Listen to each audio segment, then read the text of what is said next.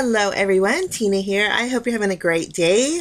Now, I don't know about you guys, but I am so ready for spring, and so today I'm excited to share with you one of the new release items from the Fresh Bloom release from C&CT Stamp. This is the Spring Blessings die, and this is brand new to the C&CT shop, and it's super pretty die. It's a sentiment that says Spring Blessings. Beautiful font, perfect size for card making, and it's all one piece, which is great. So when you die cut it out, the pieces aren't separated. It's all together. Now to make my project today, I'm bringing in an older stamp set from C&CT. This is called Even More Spring Flowers.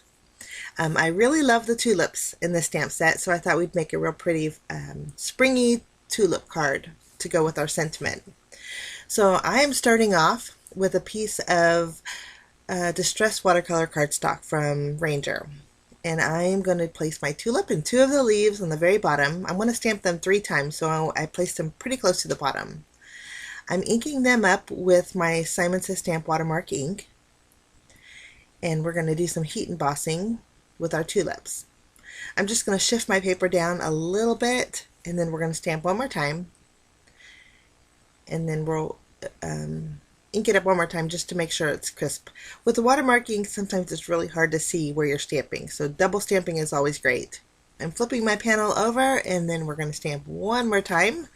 So we have 6 leaves in total, and then 3 tulips. I love tulips, my goodness. Okay, I'm going to go over my images with some white embossing powder. Once my entire panel is covered, I'm going to use my heat gun and we'll go ahead and melt that. Today I thought it would be fun to watercolor with my distress inks. I want to show you how really easy this is, guys, especially when you do heat embossing when you watercolor. Okay, I'm just using my craft mat here, and we're going to start off by coloring in our leaves. I'm using Shabby Shutters. Now what I like to do is add some ink to my craft mat and then spray it with my distress sprayer, and then using the more concentrated or the less concentrated ink that I sprayed with the water bottle, I'm going to go over my images. You could do this with plain water, but I like that really subtle color. I'm just going to go over all my leaves and then all of my stems, and then to give it a little bit of shading, I'm using my Mowed Lawn. And this time I'm keeping it pretty concentrated, and if you notice, all I'm doing is dabbing that color. My leaves are wonky. The stems are up and down and up and down, so if you see me going up and down with my color, that's what I'm doing, is because I'm adding color to the very stem portion of the leaves. Now to give it even a little more shading, all I'm doing is adding just a dot of tea dye. And I'm basically letting the water do all the work for me. If I just dot it, the water will spread out just beautifully. Now for my tulips, I'm using Spice Marmalade for my first one, and added some water to my ink. And where I want the darkest colors, which basically is the base of the tulip, I'm adding more concentrated ink. We're going to do the same thing with Spun Sugar. Now Spun Sugar is a lighter color, and so I'm going to go over my tulip, and then I'm going to add concentrated color where I want my shading, basically. And all I'm doing is tapping it on my watercolor cardstock here, just letting the water do the work. Now, Spun Sugar is very light, like I said, so I'm going to add in a little bit more of my picked raspberry at the very base, just so I have a little bit more of a shading. Next, I'm going to clean off my brush here, and we're going to use some peacock feathers, beautiful teal. I'm going to go over my tulip, add some concentrated color where I want my shadows to be, basically at the base.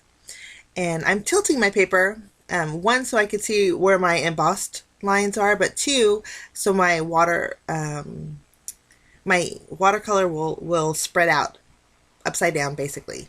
So there's my tulips. Now you can use your heat gun to dry this, but I prefer for these, since they are a lighter color, to let them air dry.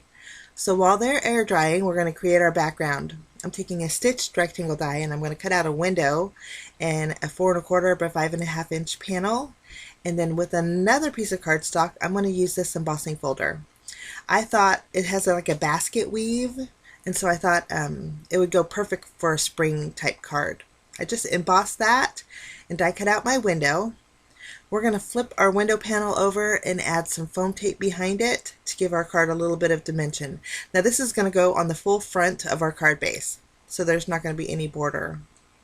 I'm going to go ahead and adhere my embossed panel. I trimmed it down so it's slightly smaller than my card base. And then my card base is 4 1/4 by 5 1/2 inch. It's a standard size card base.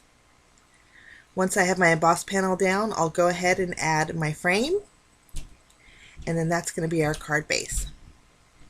Now I'm taking another piece of white cardstock. We're going to die cut out the spring blessings 3 times. Once we have all our little pieces punched out, we're going to do a little bit of layering. We're going to create like a chipboard effect. The left and right side of my sentiment are going to be attached to the side of my frame and then also to my tulips.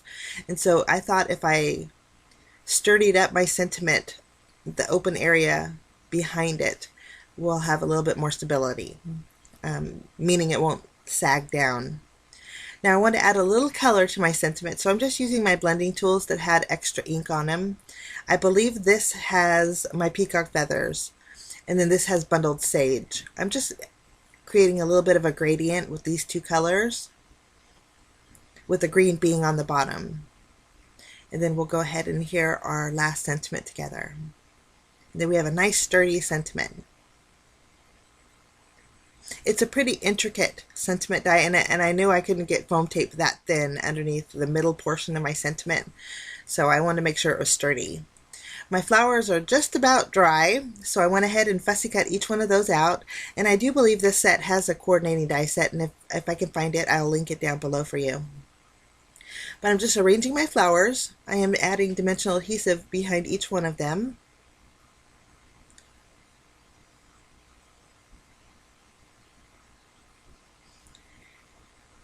And we're just going to layer them together, kind of covering up the tails or the stems of my tulips. Then we'll go ahead and add our leaves. Now I colored in 6 leaves, but I decided only to use the 4. Usually if I die cut or fussy cut them out and color them in, I want to use them, but I didn't want to go overboard with this card. I wanted to keep it really soft and pretty. But my flowers and leaves are attached. Now we're going to add our sentiment. I'm just going to use glue on the left and right side. And here's where you see where I mentioned the stability. You have that middle section that's overhanging in my window, and I wanted to make sure that it didn't sag. So that's the 3 layers together work beautifully.